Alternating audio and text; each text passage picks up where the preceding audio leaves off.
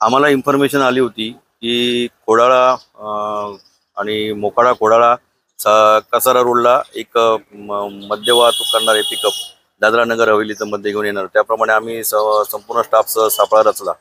त्यानुसार इन्फॉर्मेशन प्रमाणे रात्री जवळजवळ 1:30च्या सुमारास आम्ही जी माहिती मिळाली ती पिकअप आमच्या समोर आली. त्याचा आम्ही तपासणी करता हात करून थांबवलं असतं. त्यामध्ये आम्हाला मद्याचे बॉक्स आढळून आले. ती तपासणी केली असता ते मद्य मॅकडॉन नंबर 1, रॉयल स्टॅग व किंगफिशर स्ट्रॉंग अशा मद्याचे बॉक्स मिळून जे फक्त दादरा नगर हवेली राज्यातच विक्री करता असून महाराष्ट्र राज्यात प्रतिबंधित असल्याचे दिसून आले. तर आम्ही त्या मद्याची गाडी तपासणी करत थांबवली असता ते दोन्ही बाजूची 2 माणसं होती, वाहन चालक वगैरे, तो दोन्ही ताबडतोब काळोखाचा फायदा घेऊन फरार झालेले आहेत.